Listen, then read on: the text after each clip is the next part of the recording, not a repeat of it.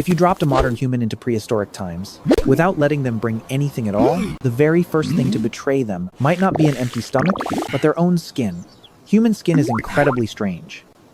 It helps us sweat efficiently so we can run long distances, and we handle the hot sun much better than animals with thick fur. But the moment the sun goes down, the wind picks up, the rain falls, or the ground gets cold, that same skin instantly becomes our biggest weakness. Humans don't have sharp claws or massive fangs.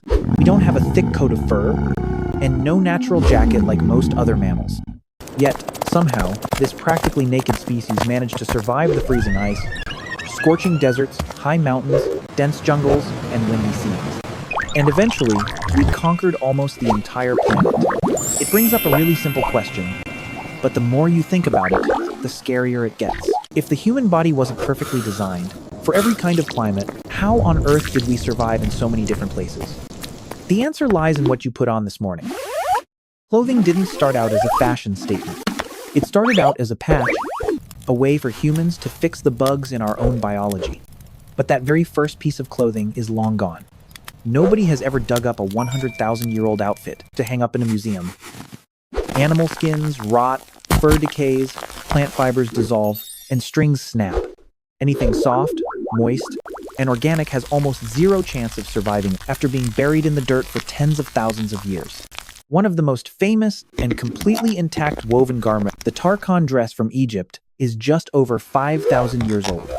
That sounds ancient, but compared to the history of Homo sapiens, it's like an outfit you just bought yesterday. So, how do we know humans were wearing clothes? Long before that? The very first clue comes from a tiny, dirty, annoying creature with absolutely zero fashion sense. Lice. Head lice live in our hair. But body lice, they need a totally different environment. The folds and crevices of fabric, seams, places close enough to the skin to suck blood, but hidden enough to stay safe. Honestly, body lice only really had a future once humans started wearing clothes regularly. And here's the crazy part. The original clothes rotted away long ago, but the creatures that lived in them left a trace, right there in our evolutionary history. In 2003, geneticist Mark Stoneking's team estimated that wearing clothes probably started around 107,000 years ago. Later on, research by David Reed and his team came up with a much wider range, at least 83,000 years ago, maybe even as early as 170,000 years ago. The exact numbers might still be up for debate, but the message is loud and clear. Way before we had metal, before we built cities, before wardrobes, clothing stores, and runways, before suits, wedding dresses, or designer jackets, the human body already needed an artificial layer of protection. But why did we need it? It wasn't just because of the cold. The cold was a huge factor, sure, but it wasn't the whole story. It's possible that our ancestors shed our body hair just to cool down faster. A hairless, sweating body could travel under the hot sun for a lot longer, hunt further away, run longer distances, and avoid overheating unlike a lot of other animals. That was a fantastic advantage in the middle of the day. But evolution rarely gives you something for nothing. A body that loses heat easily during the day also freezes quickly when night falls. Bare skin helps you survive the heat, but makes you vulnerable to cold winds, rain, bugs, sharp rocks, and harsh terrain. So humans traded their fur for the ability to handle the heat, and then had to reinvent their own fur. And that is clothing. It's not a coat of fur growing from our skin, but a coat that we had to cut and craft ourselves, tying, sewing, and passing them back by hand. At this point, the clues shift from lice to bones. In the Contrabandier's Cave near the Atlantic coast of Morocco, archaeologists found over 60 bone tools dating back about 120,000 to 90,000 years ago. A 2021 study by Emily Yuko Hallett and her colleagues suggests that many of these tools were perfect for processing animal hides and fur. What's fascinating isn't just the tools themselves, but the way the animal bones were cut. Some carnivore bones have marks that don't look like butchering for meat. They look much more like marks from skinning for fur. This is a massive shift in perspective. Ancient humans didn't just look at an animal and see meat. They saw its outer layer. They saw the skin. They saw the fur. They saw a material that could be peeled off, processed, softened, draped over, tied up, and turned into something to help the human body survive better. An animal hide doesn't magically become a piece of clothing. If handled wrong, it can get stiff, heavy, damp, smelly, rough, and uncomfortable. It could restrict your movement, make you stink worse, or leave you freezing when wet. To turn it into clothes, humans had to learn the techniques. They learned to scrape, dry, soften, cut, pierce, tie, and mend. That wasn't just simple instinct, that was craftsmanship. And craftsmanship needs a collective memory. One person tries, someone fixes it, another repairs it. A young one watches the elders work. A group learns how to turn the discarded part of an animal into a new part of their own bodies. But clothes didn't just keep a single person alive through a cold night. It helped the entire human race go further. Around 65,000 years ago, migration evidence and archaeological findings are often used to talk about the massive waves of Homo sapiens leaving Africa, and it was no easy journey. Humans had to step into shifting climates, where the nights were colder, the winds blew harder, and the seasons. Things got harsher, and bare skin was no longer a safe option. Fire helped keep you warm, but fire didn't follow you when you had to run. Caves provided shelter, but caves didn't just pop up right where you needed them. Clothing was different. It was a shelter that you could carry with you. A tight wrap of animal hide could trap your body heat, fur could block the freezing wind, and a leg covering could save you from nasty scratches, bugs, and the freezing cold ground. Archaeologist Ian Gilligan once highlighted the role of portable insulation in the Ice Age. The phrase portable insulation sounds super dry, but to paint a picture, it basically means humans learn to carry a little pocket of a livable climate right on their own bodies. This might just be one of the reasons why clothes were such a huge deal.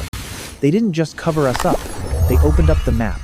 A clothed body could try to survive in places where a bare body would have given up way sooner. And when an invention takes you that far, it can't stay basic forever. It had to get smarter. That's when the story shifted from animal hides to fibers. In Zudzwana Cave, Georgia, researchers found wild flax fibers dating back around 30,000 years. Some of the threads showed signs of being twisted and dyed. They don't prove for sure that they were all used to make clothes. They might have been used to make ropes, nets, baskets, tying tools together, or lots of other gear. But they do prove one really important point. Hunter-gatherers already knew how to work soft materials in really clever ways. Humans weren't just chipping stones and breaking bones anymore. They knew how to work with things that were thinner, lighter, more delicate, but also way more flexible. Plant fiber was a quiet revolution. It allowed for better tying, better connecting, and better shaping. Needles made mending so much easier, and later, when needles with eyes started popping up in many different places during the late Stone Age, clothing stepped up to a whole new level. Never underestimate a simple needle. A tiny needle could make an outfit hug your body so much better, cover you up, hold in the heat, and get in your way a lot less when you're moving around.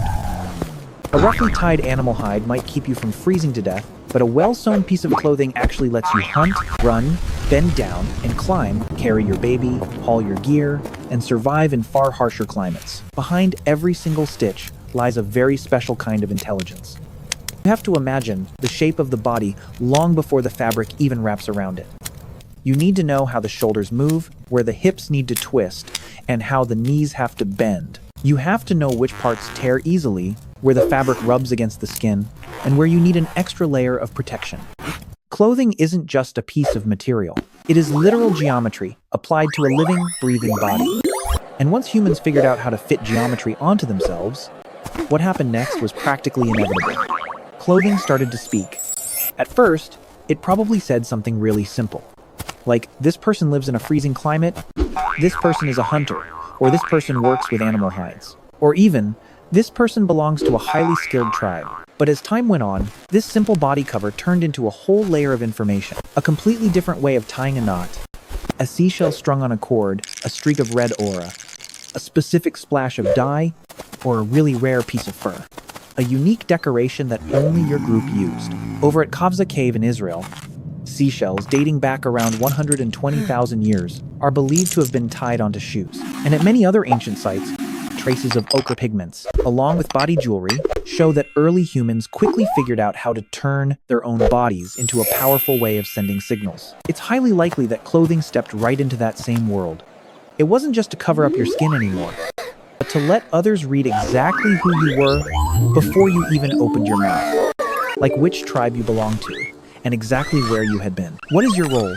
What ceremony are you attending? What skills do you have? How do you want to be seen? This is exactly what makes clothing so different from other tools.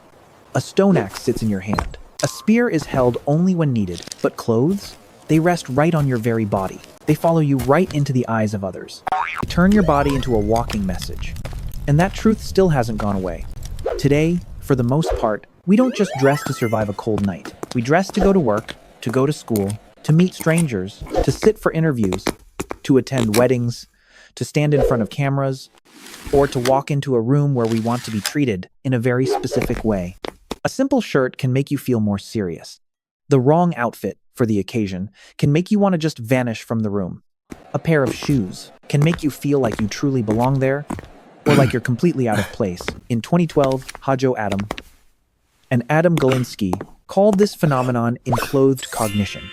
Clothes can actually affect how we see ourselves and how we behave. It sounds like modern psychology, but its roots are ancient. What once protected the body from the physical weather now also protects or exposes us to the weather of society. The gaze of others, the heavy expectations, status, careers, gender, belonging to a group, feelings of confidence, feelings of shame. All of it can be channeled right through a layer of fabric. So, why did humans start wearing clothes in the first place? It wasn't just because of the cold. It wasn't just because of shame. And it wasn't because, one day, someone looked at their reflection in the water and thought, I really need to style my outfits better. Clothing was born because the human body is both brilliant and deeply flawed. We were smart enough to travel far, but we didn't have enough hair to handle every climate. We were clever enough to hunt, but our skin was way too soft against sharp rocks, harsh winds, and insects. We were social enough to live in groups, but we also needed a way for our bodies to carry symbols, roles, and identities.